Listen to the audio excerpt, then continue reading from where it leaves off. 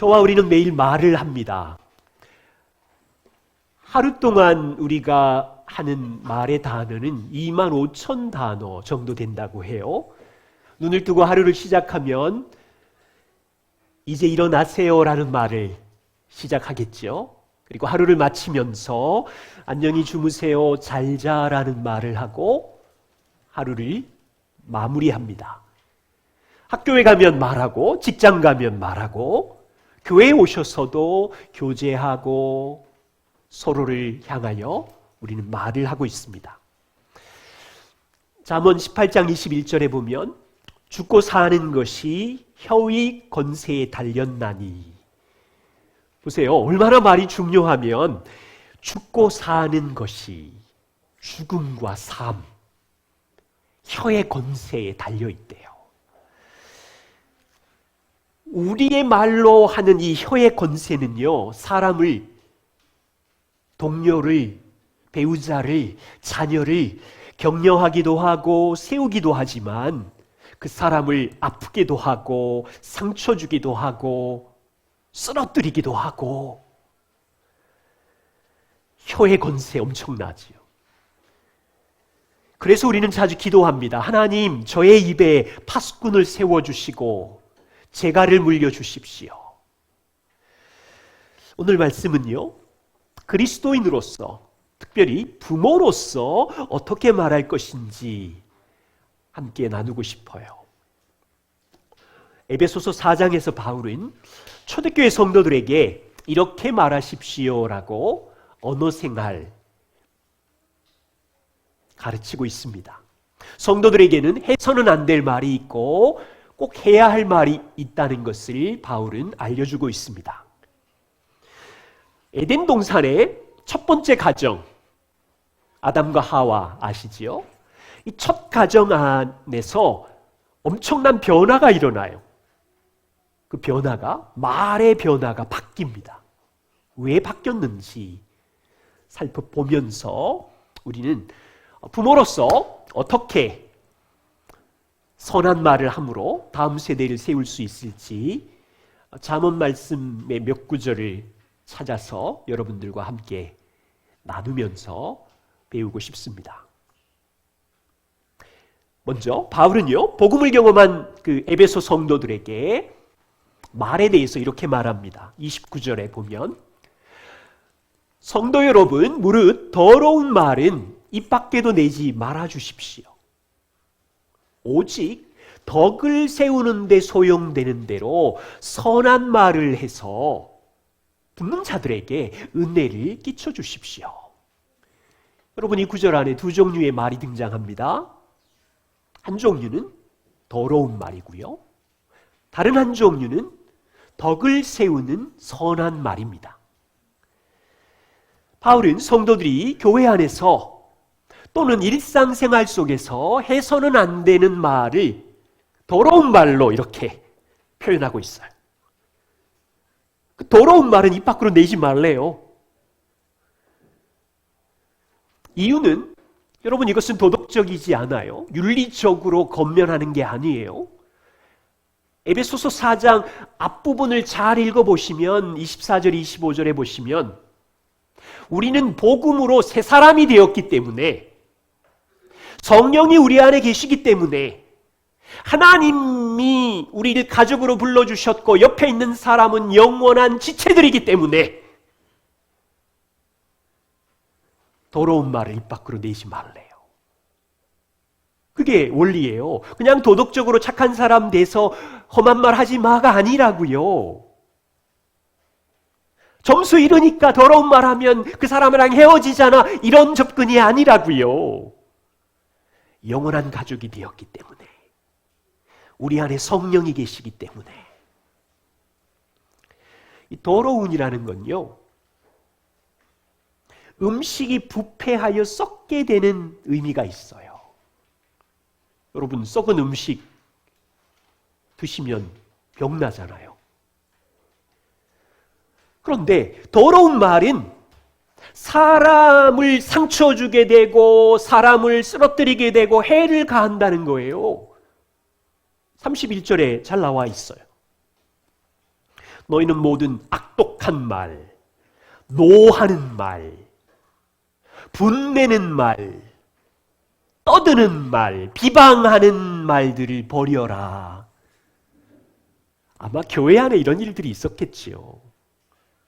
그분들이 도시에 살면서 직분과 직업과 출신 성분으로 옛 습관을 버리지 못했으니까 그리스도를 배워가는 초보의 어린아이 같은 분들 오시면 들썩들썩 이런 말들로 힘든 시간을 보냈겠지요.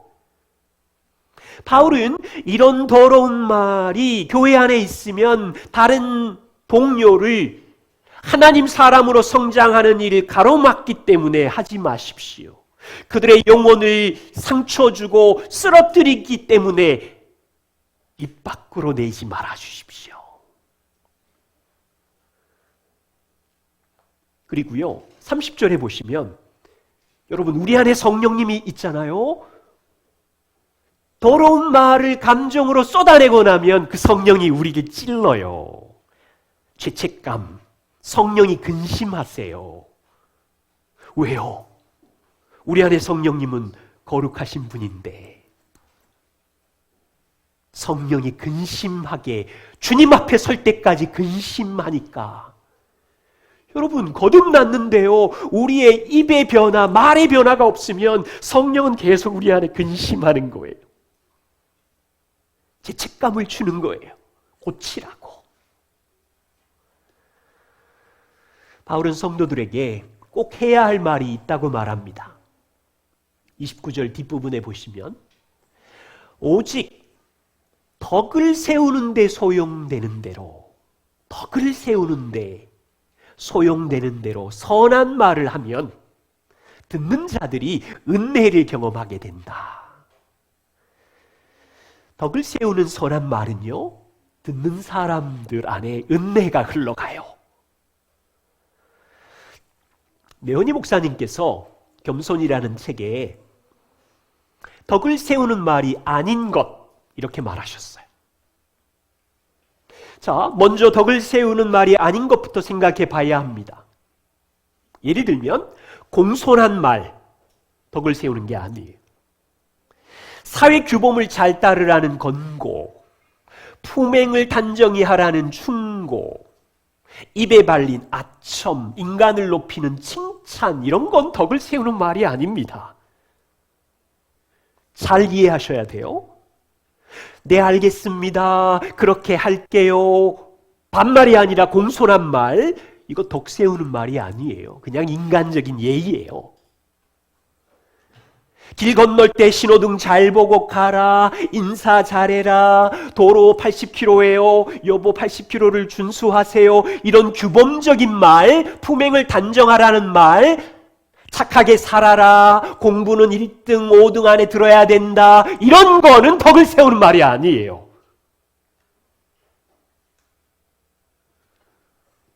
은혜를 끼치는 말이 아니에요. 덕을 세우는 말을 이렇게 말하셨어요. 덕을 세우는 말은 하나님의 성품, 그분의 약속, 그분이 행하신 사역을 드러내는 말을 뜻합니다. 십자가 중심의 말이에요. 성경을 근거로 하는 말, 하나님의 임재와 행하신 사역을 보여주는 말, 다른 사람에게 나타난 성령의 역사하심으로 변화된 은혜의 증거를 확인시켜주는 말이 덕을 세우는 말이래요. 그런 말은 겸손한 사람에게서만 나오는 열매예요. 어떻게 적용하실래요? 여보, 자녀 양육 힘들 텐데 잘 감당해 주어서 고마워요. 하나님이 선하시니까 오늘도 당신과 함께 하실 거예요. 하나님의 성품을, 아내를 격려하는 말. 아들아, 중간고사 성적이 떨어져서 너 마음이 힘들지? 괜찮아. 너는 여전히 하나님 앞에 보배로운 아들이야. 학교 생활 걱정하지 마. 너의 삶의 주인이 하늘의 아버지야. 우주의 창조자야. 형제님, 고난의 골짜기에서 최근에 보니 얼마나 힘드시겠어요. 그런데 불평하지도 않으시고 인내하시는 모습이 놀라운 변화고 저에게는 도전이고, 이런 말이 덕을 세우는 말이에요. 덕을 세우고 은혜를 끼치는 선한 말을 하려면요, 대충 지나가면서 그 사람을 보면 알 수가 없어요. 다른 사람의 삶을 들여다봐야 되고요, 하나님이 어떻게 일하셨는지 은혜의 증거를 찾아서 그분의 성품을 가지고 소망을 줘야지 덕을 세우는 말을 할 수가 있어요. 그 사람의 삶을 잘 모르면 그냥 예의 바른 말 정도밖에 못해요. 5월은 가정의 달입니다. 바울은 성도들에게 노함이나 분냄이나 비방 같은 더러운 말은 부탁합니다. 입 밖으로 내지 않게 해주시고, 덕을 세우며 은혜를 끼치는 말을 성도들과 함께 해주십시오. 여러분, 교회 안에 그렇다면 가정은 어때야 됩니까? 가정은 우리끼리만 있으니까 아무렇게나 말해도 됩니까? 가정은 하나님이 주인인 곳이고, 부모 안에 성령님이 계시고, 우리 안에 성령님이 계시기에 우리 더러운 말을 버리고 그냥 단순히 공손한 말, 예절의 말, 착하게 살아라, 공부 좀 해라, 이런 말은 덕을 세우는 말이 아니에요. 세상 사람도 다 해요. 불교인도, 인본주의자들도.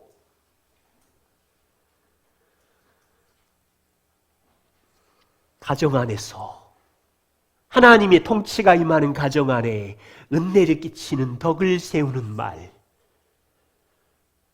하나님이 누구시며 그분의 약속과 소망을 주는 말을 우리도 배워야 합니다. 두 번째입니다. 처음 가정, 에덴 동산에 있는 가정을 한번 들여다보고 싶어요.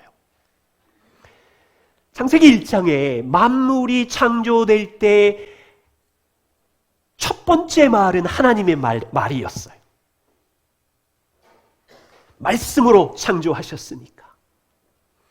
첫 번째 가정, 아담과 하와는요, 에덴 동산에서 하나님의 말을 들으며 하나님과 교제하며 살았어요. 자, 창세기를 보면 말은 하나님께 속한 것이고요, 인간의 삶은 하나님의 말로부터, 하나님의 말씀으로부터 그분의 말을 들으면서 하나님이 누구신지, 하나님의 성품이 어떠한지를 알아가며 교제했고요, 아담과 하와는 하나님께 들은 진리의 말로 가정을 세웠고, 하나님의 말씀의 원리로 노동을 하면서 에덴 동산의 문화를 말씀의 원리로 다스렸고 발전시켰어요. 그런데요, 3장에 오면 하나님의 말이 아닌 또 다른 말이 들려요. 또 다른 목소리, 사탄의 음성이 들려요. 3장 1절, 뱀이 이르되, 사탄이 말하기를 하나님이 참으로 너희에게 동산 모든 나무의 열매를 먹지 말라 하시더냐. 하나님의 말만 들렸는데 사탄의 음성이 들렸어요.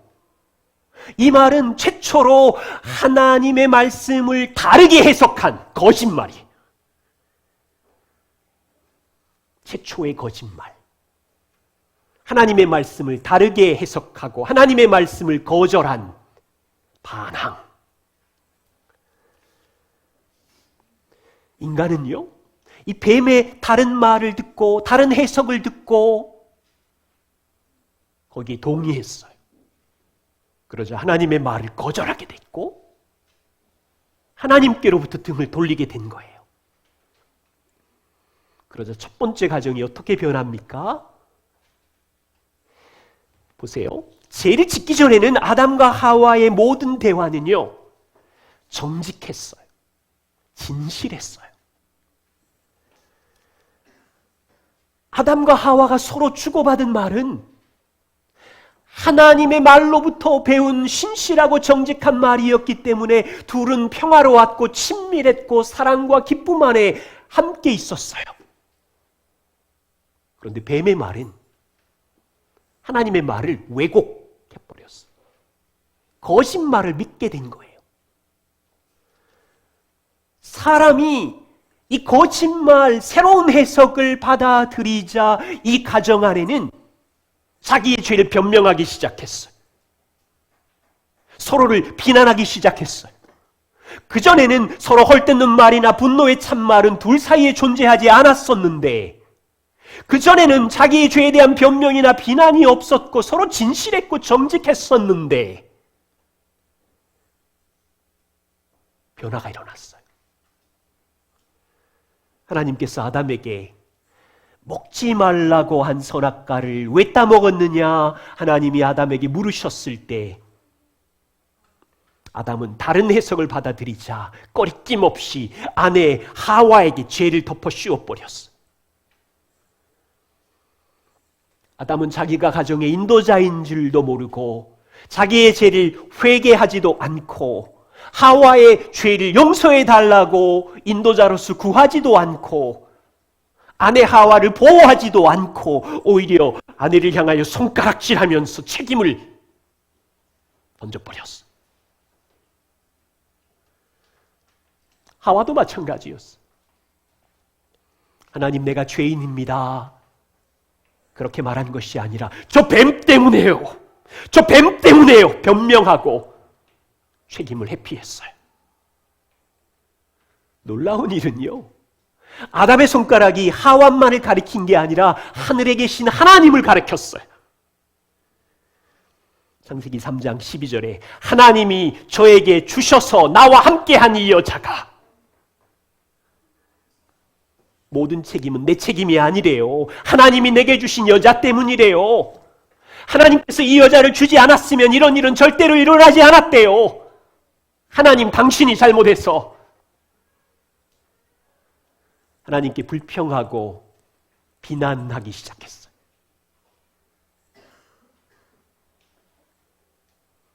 만일 어떤 부모가 자녀 양육의 무거운 짐을 향하여 괴로우니까 자녀 양육 도저히 무거운 짐 못해 먹겠어요 라고 불평을 쏟아낸다면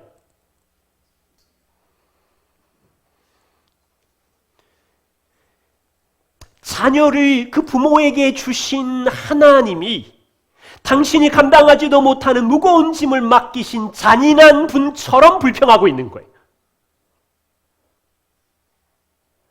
하나님은 충분히 감당할 수 있을 것 같아서 2, 3, 4, 5을 주셨는데 하나님을 의지하면 충분히 감당할 수 있는데 그 많은 불평이 하나님을 향하여 잔인하게 내 인생을 괴롭힌다고 불평할 수 있는 여지가 있다는 것 우리 기억해야 돼요. 자, 기억할 건 이거예요. 말의 힘, 혀의 권세 대단합니다. 아담이 하나님의 말을 따르지 않자 그럼 뭘 따라요? 또 다른 음성, 사탄의 말을 따르게 되자 인생은, 가정은 다툼의 세계가 되어버렸어요. 이 말은 하나님의 계획을 이루고 하나님을 영화롭게 하고 하나님을 기쁘시게 하도록 말의 목적은 주어졌는데 이 말은 서로를 비난하게 되고 거짓말을 쏟아내게 되고 상처를 주게 되고 하나님의 형상대로 지어진 사람을, 남편을, 배우자를, 하나님의 지체인 형제를 헐뜯게 되고 급기야는 창조자 하나님을 비난하게 되는 끔찍한 일이 죄로부터 시작이 된 거예요. 여러 해 전입니다. MBC에서 실험 다큐를 한 적이 있었어요. 그 실험은 단순한 거였어요. 통 2개에다가 금방 밥을 한 쌀밥을 하나의 통에 담고 이 통에 담았어요. 한 병은 한 달 동안 좋은 말만 들려주는 거예요. 고마워, 감사해, 너 너무 예쁘다, 너 사랑해, 이런 말을 한 달 동안 기회 될 때마다 했고, 다른 통에는 한 달 동안 나쁜 말만 쏟아부었어요. 너 미워, 너 바보야, 너 진짜 멍청이구나, 너 볼수록 짜증나, 싫어, 너 더러워. 이 두 개의 병을 MBC 사무실 5곳에다가 5명에다 부탁을 하고 시간이 있을 때마다 이 똑같은 좋은 말, 나쁜 말만 한 달 동안 해주세요. 시gem을 했어요. 결과가 어떻게 됐게요? 한 달 동안 나쁜 말만 들은 이 밥통은요, 색깔이 누렇게 돼버렸고 썩어버렸고 냄새가 지독해져 버렸어요. 한 달 동안 좋은 말만 들은 이 밥은 뽀얀 곰팡이가 피었고 냄새가 좋은 누룩 냄새의 밥이 되어 있었다고 해요. 실험에 참석한 사람들도 깜짝 놀라가지고, 여러분 이건 과학적으로 보면 말의 파동의 힘이 있어서 이렇게 되었대요. 보세요. 말에는 하나님의 선하신 계획이 있는데 참 신비하지요. 무심코 내뱉은 좋은 말과 나쁜 말 안에 파동의 힘이 다른가 봐요. 생명이 없는 쌀밥도 이 파동의 힘으로 이렇게 다르게 변화시킨다면 덕을 세우며 은혜를 끼치는 말은 얼마나 엄청난 힘이 있을까요? 자, 이제 부모 여러분, 우리는 어떻게 선한 말을 할 수 있을까요? 하고 싶은데 잘 안 되지만 자녀 양육에서 가장 어려운 지점이 여기에요.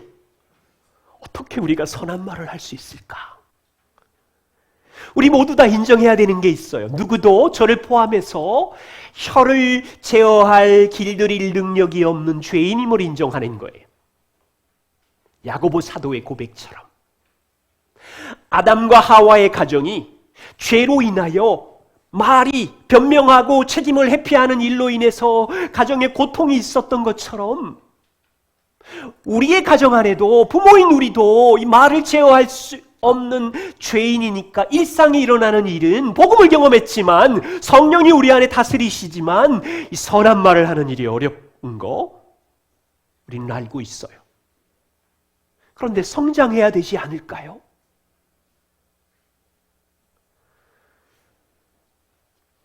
부모로서 어떻게 선한 말을 할 수 있을지 한 3가지 팁을 드립니다. 말을 자제해야 하고요. 자녀를 먼저 이해해야 하고요. 그리고 선한 말을 하는 연습을 해야 합니다. 이것은 대화의 프로그램이나 기술이 아니라 하나님을 경외하는 지혜로운 부모라면, 우리 안에 새로운 생명인 성령이 함께하는 부모들이 성령과 함께 행한다면 할 수 있는 부모의 말의 3가지 특징입니다. 하나는 뭐라고요? 말을 자제하는 것입니다. 많은 분들이요, 뭐든지 솔직하게 모두 말하는 걸 좋아하는 분들이 있어요. 실제로 그래요? 솔직하게 다 말해봐요? 감정에 있는 대로? 같이 못 있을걸요? 왜? 우리가 죄인이니까. 잠언 17장 27절에 이렇게 말해요.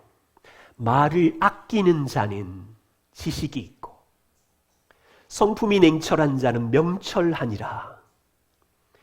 현명하고 지혜로운 사람은 말하고 싶다고 모든 말을 다 까발리는 게 아니에요. 지혜로운 부모는요, 말을 아끼고 자제해요. 명철한 부모는 알고 있지요. 정직하고 솔직한 것이 지혜인 줄 알지만 듣는 사람의 유익이 되도록 말을 조절해요. 감정을 조절해요. 자녀들에게 물어볼게요. 친구 여러분, 부모님들이 말을 길게 하는 게 좋아요? 짧게 하는 게 좋아요? 길게 해도 좋은가 보네. 말을 길게 하는 게 좋아요? 짧게 하는 게 좋아요? 솔로몬이 그렇게 말했어요. 잠언 10장 19절에 말이 많으면 허물을 면하기 어려우나 입술을 제어하는 자는 지혜가 있느니라. 부모의 긴 설교 같은 잔소리를 좋아할 자녀들이 없어요. 저희들의 두 아들은 엄마 아빠의 분위기가 길어질 것 같으면 둘이 눈치를 줘요. 형 조용해. 가만히 있어야 잘 맞아. 대꾸하면 길어져.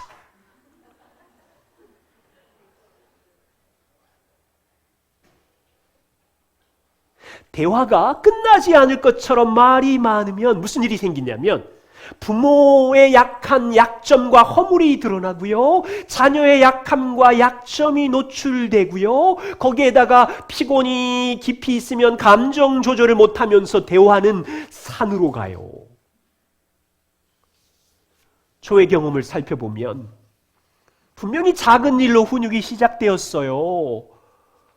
수건 치워라, 그릇 치워라, 책상 청소, 방 청소해라, 사소한 일로 시작했는데 말이 길어지니까 너 말투가 그게 뭐니? 아빠를 왜 무시하니? 너 아빠를 존경하지 않는구나. 그러면서 이제 아빠의 약점이 아들한테 들켜서 아들이 아빠에게 하소연하고,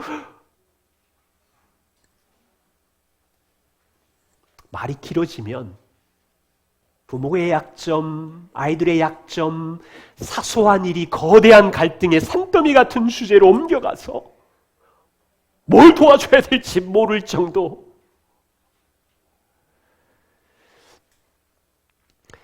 말을 자제한다는 것은요, 먼저 생각하고 나중에 말하는 의미가 있어요. 잠언 15장 28절에 의인의 마음은 대답할 말을 깊이 생각하여도 악인의 입은 악을 쏟느니라. 지혜로운 사람은 먼저 자신의 말을 어떻게 해요? 깊이 생각해요. 여러분, 이 MBTI 좋아하시는 분들은 나는 도저히 그렇게 못해 막 나올 거야. 그런데 이것도 좀 조절하시면서 훈련하실 필요가 있어요. 어떻게 말하면 지혜로울까? 먼저 생각하고 이 말을 지금 말할 수 있는 좋은 시간이 지금인가? 우리 아이들이 어떻게 받아들일까? 고민을 한번 한 다음에 말하면 좋아요. 잠언 29장 20절에 내가 말이 조급한 사람을 보느냐? 그보다 미련한 자에게 오히려 희망이 있느니라. 조급하게 말하는 사람을 미련한 자보다 더 대책이 없는 사람이라고 말하는 거예요. 자, 첫 번째, 선한 말은 자녀 양육을 하실 때 말을 많이 하지 않고 먼저 생각하고 나중에 말하는 걸 연습하는 거예요. 두 번째는 자녀의 마음을 이해해 주는 일입니다. 훌륭한 의사소통은 부모의 생각을 무조건 표현하는 능력이 아니라 자녀의 마음을 먼저 이해하는 능력이 좋은 의사소통이에요. 잠언 18장 2절에 미련한 자는 명철을 기뻐하지 아니하고 자기 의사를 생각을 드러내기만 기뻐하느니라. 18장 13절에 사연을 듣기 전에 대답하는 자는 미련하여 욕을 당하느니라. 저도 많은 경험이 있습니다. 자녀들과 대화할 때요, 두 아들의 마음을 이해하기 전에 그들이 왜 화를 내었는지, 왜 그렇게 행동을 했는지 사연을 듣기 전에 먼저 왜 싸웠니? 서로 사랑해야 되는데 자기의 생각이나 의사를 표현하는 데 모든 시간을 다 쓰면서 실패했던 기억들이 많아요. 솔로몬은 이것은 미련한 모습이다. 테드 트립이 자기 가정에서 있었던 경험담을 이렇게 나눕니다. 어느 날 밤에 아들 방에 들어가서 허심탄회하게 하고 싶은 말을 했다. 말할 때 아빠로서 무례하거나 비난하는 말투로 말하지 않았다. 아들의 마음을 살피면서 침착하게 온유하게 말했다. 그리고는 너와 대화할 수 있어서 기뻤어, 잘 자라 그러고 방을 나오고 침실로 돌아왔는데 얼마 후에 똑똑똑 아빠 드릴 말씀이 있어요. 아빠 제 방을 떠나시면서 함께 대화할 수 있어서 기쁘다고 말씀하셨지요.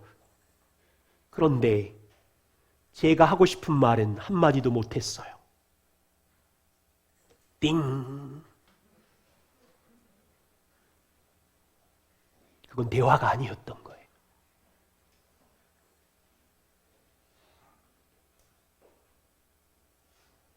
우리는 부모로서 자기 생각과 의사만 자녀에게 말할 때가 있는 이런 테드트릭 같은 미련한 일을 종종 범하는 연약한 부모입니다. 자녀의 생각을 먼저 듣고 그들의 깊은 마음을 이해한다면 자녀들은 절대로 방문을 잠그고 혼자 있지 않아요. 아빠랑 엄마랑 대화하고 싶을 거예요. 세 번째는 선한 말로 지혜를 가르치는 건데 잠언 15장 2절에 보면 지혜 있는 부모의 혀는 지식을 자녀들에게 선히 베풀고 싶어요.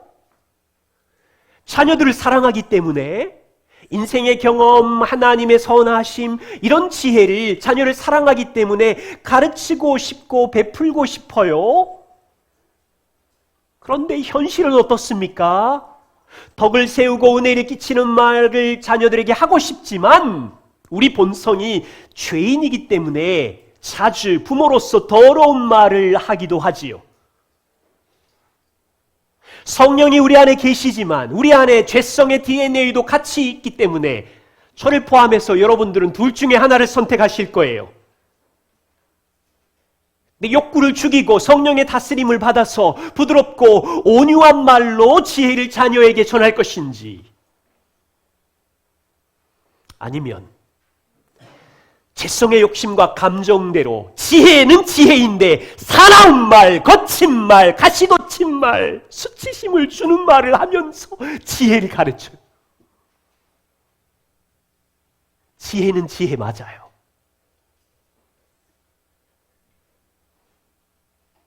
자, 뉘앙스 이해하시겠어요? 분명히 부모는 인생의 경험과 하나님의 지혜를 말하여서 베풀고 싶은데 선한 말이 아닌 거예요. 욕망과 감정이 섞여 있는 지혜를 전하고 있는 거예요. 예를 들면 이런 거예요. 우리 자녀들이 학교에서, 동네에서 반항적이고 난폭한 친구들하고 친구가 되어서 놀고 있네요. 부모로서 지혜를 가르쳐야지요. 그들을 사랑해야 하지만 그들이 가진 반항적인 기질에 영향을 받지 않도록 자녀들을 훈육해야 되잖아요. 그럴 때 부모가 너 그렇게 멍청한 친구랑 사귀면 인생 망한다! 이렇게 지혜는 지혜인데 무례한 태도로 자녀에게 지혜를 전수하면 자녀가 엄마 고마워요, 맞아요, 그렇게 말씀해 주셔서 감사해요, 엄마는 지혜로워요 라고 말할까요?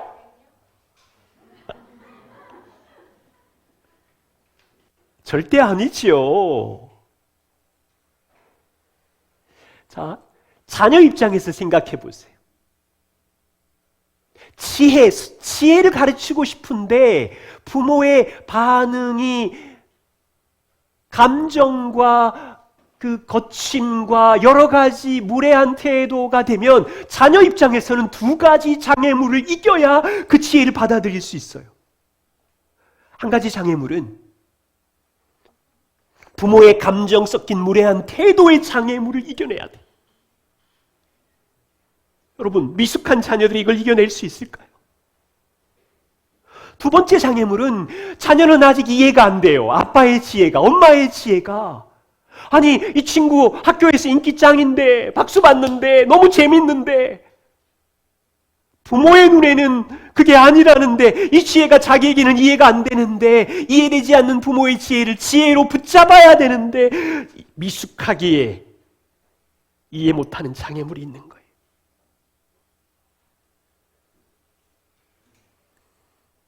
부모는 자녀에게 인생의 경험과 지혜를 가르치고 싶지만 선한 말을 사용하는 데 실패하면 미숙한 자녀들은 이 두 가지 장애물을 이겨낼 수 없어서 고통을 당하고 지혜를 얻기가 어려워요.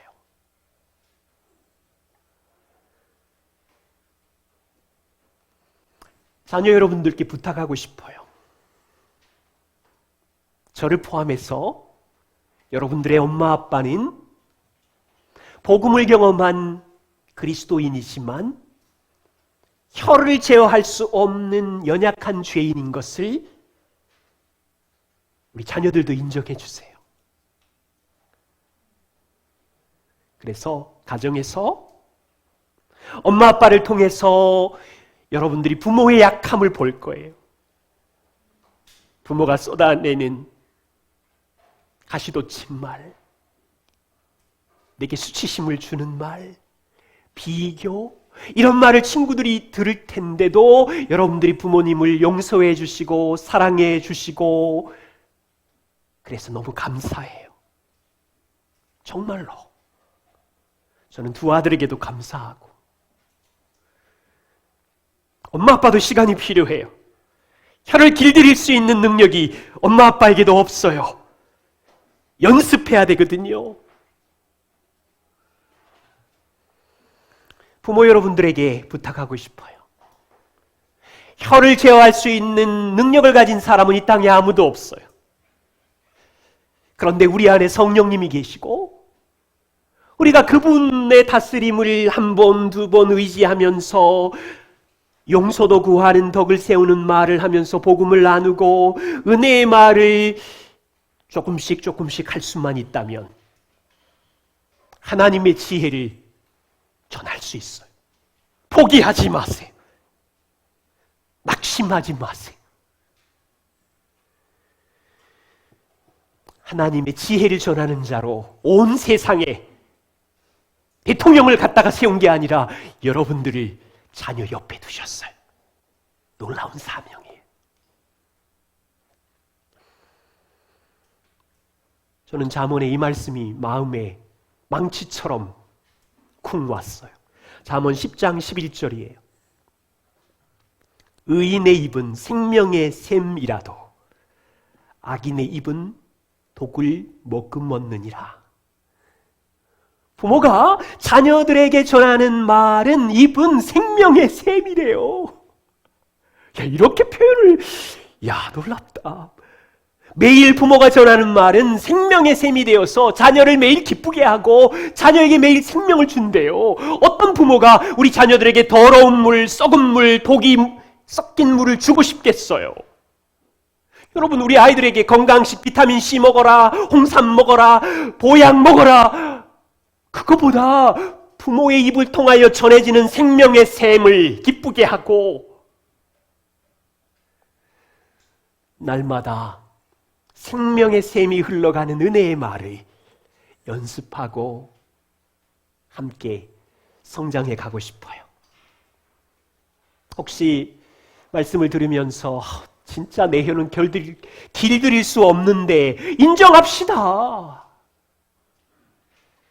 그런데 우리의 주인 그리스도가 계시고 그래서 우리는 그리스도께 나아가는 것이고 부모로서 하나님의 아들, 딸들 앞에 파수꾼을 세우고 재갈을 물리고 자제하는 말을 하며 아이들의 마음의 깊은 부분을 이해할 수 있는 부모가 되며 은혜를 흘려보내는 선한 말을 하려면 그리스도께 나아가야 돼요. 그분께 날마다 배워야 돼요. 그분이 우리를 향하여 독한 말로 말하지 않잖아요. 그분이 우리를 향하여 수치를 주는 말로 쏟아내지 않잖아요. 그래서 다음 세대를 거룩하게 세우십시다. 하나님께서 우리의 입을 아름다운 하나님의 계획대로 도구로 사용해 주시기를 소망합니다. 기도하겠습니다.